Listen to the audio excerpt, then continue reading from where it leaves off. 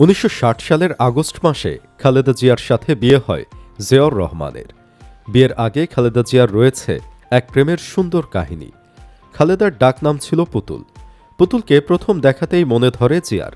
পুতুলের বাসায় গিয়ে জিয়া তার মাকে বলেন, খালা, আমি আপনার জামাই হতে চাই। এ কথা শুনে খালেদার মা হেসে ফেললেন। এরপর কি ঘটেছিল তা নিয়েই বিস্তারিত আলোচনা করব সাদাকালো টিভির আজকের ভিডিওতে। বিস্তারিত জানতে ভিডিওটি ১ সেকেন্ডও না টেনে শেষ পর্যন্ত দেখতে থাকুন।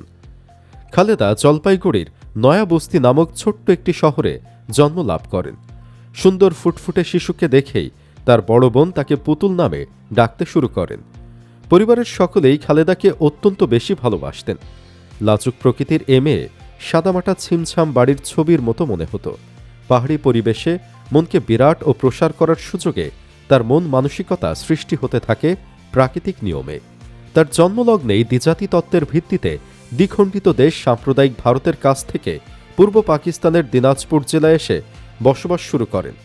তারা থাকতেন দিনাজপুরের ঈদগাহ বস্তি এলাকায় ভাড়াটে বাসায়। এখান থেকেই পুতুল তখন লেখাপড়া করতে থাকেন। ধীরস্থির মেয়ে, লেখাপড়া ও খেলাধুলা নিয়ে থাকতেন। পুতুল খেলাও পছন্দ করতেন তিনি। তার বয়স যখন ১৫ বছর, সবে ম্যাট্রিক পাশ করে বেরিয়েছে, তাকে দেখে মুগ্ধ হন জিয়া। কিন্তু তার মুগ্ধতার কথা ঘুণাক্ষরেও জানাননি পুতুলকে। জিয়া খালেদার দুঃসম্পর্কের আত্মীয়, সেই কারণে তিনি মাঝে মাঝে যেতেন পুতুলের বাড়িতে, চা খেতেন, গল্প করতেন। জিয়া তখন ছিলেন সেনাবাহিনীর একজন ক্যাপ্টেন। পুতুলের সাথে জিয়ার মন দেওয়া নেওয়া হয়েছে কিনা তা জানা না গেলেও জিয়া যে তার মন দিয়ে ফেলেছেন সুন্দরী খালেদাকে, তা আমরা জেনেছি অনেকগুলো সূত্র থেকে। খালেদাকে দেখে জিয়া যে মুগ্ধ হয়েছেন তা কাউকে বুঝতে দেননি তিনি, এমনকি খালেদাকেও নয়। তার উপর মকবুল নানা জিয়াকে বিয়ে করার প্রস্তাব দেন। বলেন যদি সে বলে তাহলে তিনি পুতুলের বাবাকে বলতে পারেন। তখন তাকে পুতুলের রূপ সম্পর্কে যে ব্যাখ্যা দেওয়া হয়েছিল তা অনেকটা মধ্যযুগীয় সাহিত্যের রাজকন্যার মতো। পুতুলের বিয়ে সম্পর্কে তার বোন খুরশিদ জাহান হক বলেন, দিনাজপুরে চাকরির সময় জিয়া মাঝে মধ্যেই আমাদের বাসায় বেড়াতে আসত। জিয়ার একটা অসম্ভব গুণ ছিল, সে সহজেই মানুষকে আপন করে নিতে পারত। পুতুল ম্যাট্রিক পাশ করার পর জিয়া একদিন আমাদের বাসায় এলো। আম্মার কাছে গিয়ে বলল, খালা, আমি আপনার জামাই হতে চাই। আম্মা হেসে ফেললেন, তখন কিছুই বললেন না। আব্বা বাসায় এলে তাকে বলা হলো জিয়ার কথা। আব্বা বললেন, মন্দ কি? অতঃপর মকবুল নানার প্রস্তাবে ১৯৬০ সালের আগস্ট মাসে তাদের বিয়ে হয়। ১ বছর পর শাহবাগ হোস্টেলে বিবাহ উত্তর অনুষ্ঠান সাধিত হয়।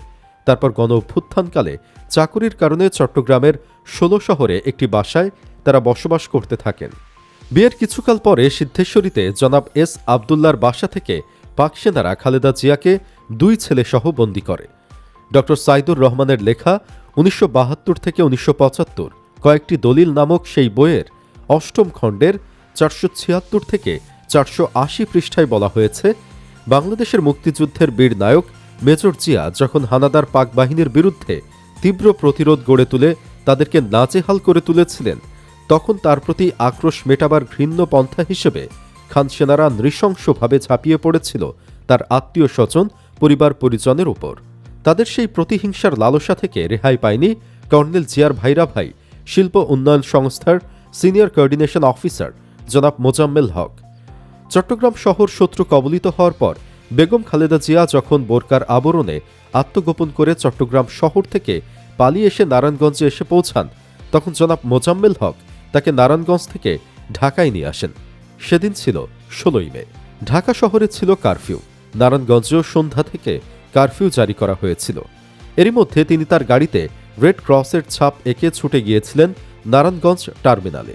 বেগম জিয়াকে নিয়ে আসার দিন ১০ পর ২৬শে মে শিল্প উন্নয়ন সংস্থার হক নাম সম্বলিত যত অফিসার আছে সবাইকে ডেকে পাক সেনারা কর্নেল জিয়ার সঙ্গে কারোর কোনো আত্মীয়তা আছে কিনা তা জানতে চায়।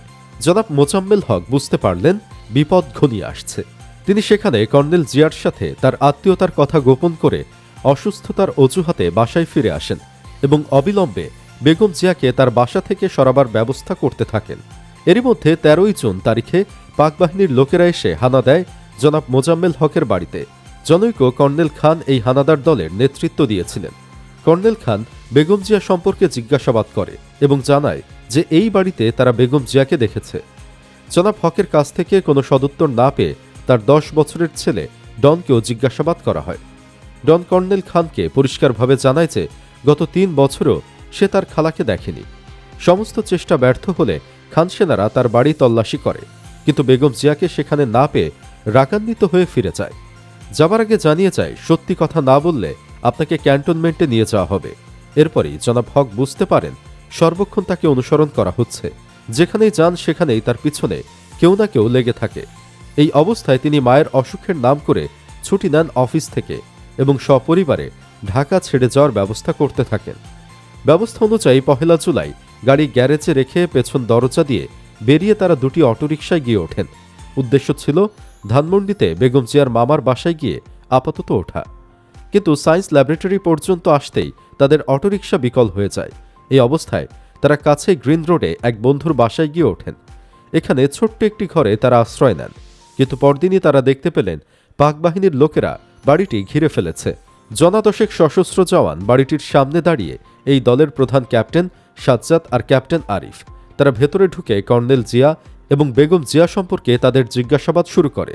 জনাব হক ও তার স্ত্রী জিয়ার সাথে তাদের সম্পর্কের কথা অস্বীকার করে যান, কিন্তু ক্যাপ্টেন সাজ্জাদ বেগম হকের সাথে তোলা বেগম জিয়ার একটি গ্রুপ ছবি বের করে দেখালে তারা জিয়ার সাথে সম্পর্কের কথা স্বীকার করেন। তবে তারা জানান কর্নেল ও বেগম জিয়া কোথায় আছেন তারা তা জানেন না। এই পর্যায়ে বিকেল ৫টার দিকে জনাব হক ও তার স্ত্রীকে সামরিক বাহিনীর একটি গাড়িতে তুলে মালিবাগ মোড়ে আনা হয় এবং এখানে মৌচাক মার্কেটের সামনে তাদেরকে সন্ধ্যা পর্যন্ত বসিয়ে রাখা হয় এবং এখানেই তাদেরকে জানানো হয় যে খালেদা জিয়াকে গ্রেফতার করা হয়েছে। উল্লেখ্য যে এই দিনই জনাব এসকে আবদুল্লার সিদ্ধেশ্বরীর বাসা থেকে বেগম জিয়া ও জনাব আবদুল্লাকে পাক বাহিনী গ্রেফতার করে। ৫ জুলাই তারিখে জনাব মোজাম্মেল হক অফিসের কাজে যোগ দিলে সেই অফিস থেকেই ক্যাপ্টেন সাজ্জাদ তাকে গ্রেপ্তার করে ক্যান্টনমেন্টে নিয়ে যায়। ক্যান্টনমেন্টে তাকে FIU অফিসে রাত ১০টা পর্যন্ত বসিয়ে রাখা হয় এবং ১০টায় স্কুল রোডের সেলে নিয়ে যাওয়া হয়। সেলে প্রবেশের আগে তার ঘড়ি আংটি খুলে নেওয়া হয় এবং মানিব্যাগটিও নিয়ে নেওয়া হয়। সারাদিন অভুক্ত থাকা সত্ত্বেও তাকে কিছুই খেতে দেওয়া হয়নি। পরদিন সকালে তাকে ১ কাপ ঠান্ডা চা খাইয়ে নিয়ে যাওয়া হয় ক্যাপ্টেন সাজ্জাদের অফিসে। সাজ্জাদ তার কাছ থেকে তার পরিকল্পনা জানতে চায়। তিনি তার কোনো পরিকল্পনার কথা অস্বীকার করেন। ক্যাপ্টেন সাজ্জাদ এতে তাকে মিথ্যাবাদী বলে অভিহিত করে এবং শাস্তি হিসেবে তাকে বৈদ্যুতিক শক দেবার হুমকি দেয়।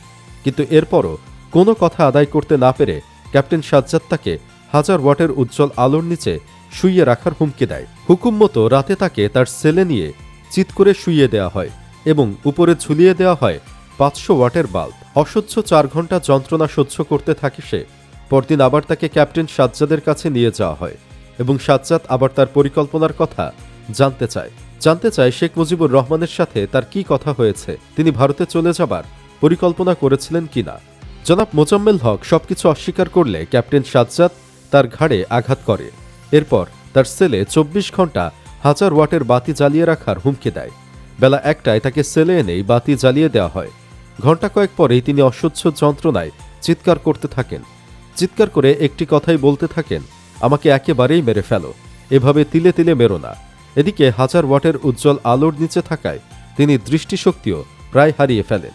দিন ও রাতের মধ্যে কোনো পার্থক্যই বুঝতে পারতেন না। বইটিতে এভাবেই তুলে ধরা হয়েছে বিএনপির আপসহীন নেত্রী সাবেক প্রধানমন্ত্রী বেগম খালেদা জিয়াকে ১৯৭১ সালে পাকিস্তানি পাক হানাদার বাহিনীর দ্বারা গ্রেফতারের চিত্র।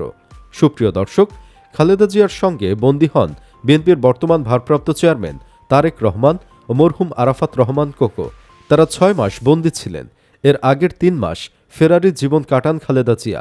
আপসহীন নেত্রী খালেদা জিয়ার গল্প কেমন লেগেছে আপনার কাছে কমেন্ট বক্সে জানিয়ে দিন। ভিডিও ভালো লাগলে লাইক দিন এবং চ্যানেলটি সাবস্ক্রাইব করুন।